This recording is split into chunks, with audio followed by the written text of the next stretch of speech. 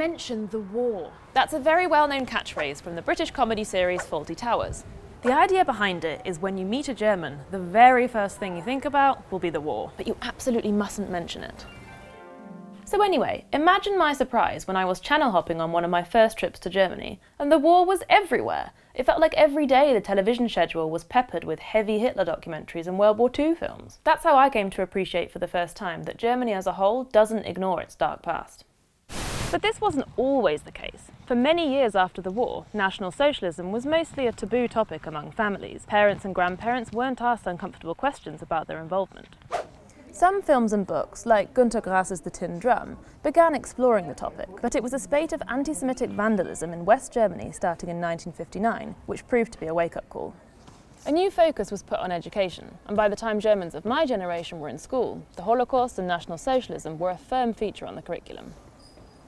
Many also began to ask questions about their own family's involvement. Of course, it's hard or even impossible to compare the atrocities of the Holocaust with any other event. But I, for one, heard very little about my own country's darkest chapters during history lessons or in public discussion. So for an outsider, it can be quite remarkable to see this painful history raked over so often and so publicly in Germany. An important motivation is fear of history repeating itself. Recent years have seen the re-entry of a far-right political party into parliament and several horrific murders by right-wing extremists. Permanent police presence at many of Germany's synagogues is reminder enough that the shadow of anti-Semitism remains. So how relevant is Germany's history today, and how much responsibility do Germans still carry for it?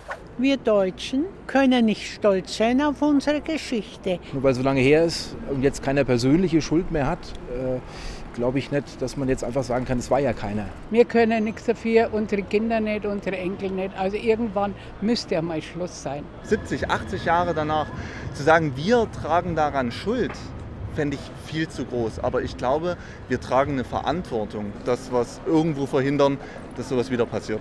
Wird in Deutschland genug, zu wenig oder zu viel darüber gesprochen? Ach, man kann gar nicht genug darüber sprechen. Manchmal denke man, es ist zu viel des Guten. Immer wieder, immer wieder, immer wieder. Ich glaube, es ist immer in Deutschland ein totales Tabuthema. Ich glaube, es wird viel gesprochen, aber die Aufmerksamkeitsspanne, die wird immer kleiner, um das Gesprochene auch zu bewerten. Gerade wenn man von der Schule zum Beispiel nach Hause kam und sowas gelernt hat, hat man halt natürlich auch die Eltern gefragt oder die Großeltern. Die Eltern, die noch aus der Zeit kamen, die wollten sich in gewisser Weise, auch wenn sie nichts damit zu tun hatten, distanzieren. Was mich nur immer wieder erstaunt ist, dass diese Generation angeblich nicht davon wusste, was damals passiert ist. Haben Sie manchmal Angst, dass sowas wieder passieren könnte? Ja, durchaus, ja, habe ich. Also es kann jederzeit wieder passieren. Wir sind jetzt nicht weder klüger als die Menschen damals noch Gott sonst irgendwas. Nein.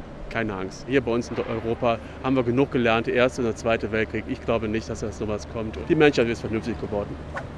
Hosting Meet the Germans has made me realise that the consequences of the Nazi era can be felt all over the place in Germany. Some things are obvious, like you don't come across very many Adolfs these days. But then the war and the Nazis also came up when I was researching episodes on things like hiking, films, fashion, all sorts of seemingly unrelated topics. This has had an unmistakable effect on national pride. You rarely see the German flag flying here, unless the World Cup is on. And there's no visible pride in the armed forces either. In fact, it seems the country's military is more often ridiculed than celebrated. That's not to say that most Germans are not proud of their country. Many are, but their patriotism is usually quiet and practical rather than loud and emotional. Germans are also among the most pro-EU Europeans. One of the organisation's founding purposes was, after all, to promote peace in Europe. Some reminders of the war are visible when walking around the streets too.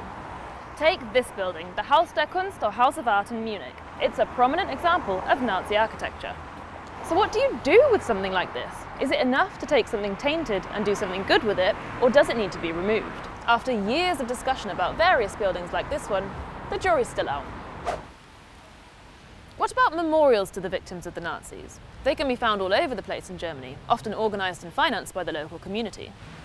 It wasn't until 2005 that the German government unveiled its first official memorial to Europe's murdered Jews. The haunting Holocaust Memorial in central Berlin has become one of the capital's most visited landmarks. 3 years later came the state's first memorial dedicated to homosexual victims, and in 2012 one for Roma and Sinti victims.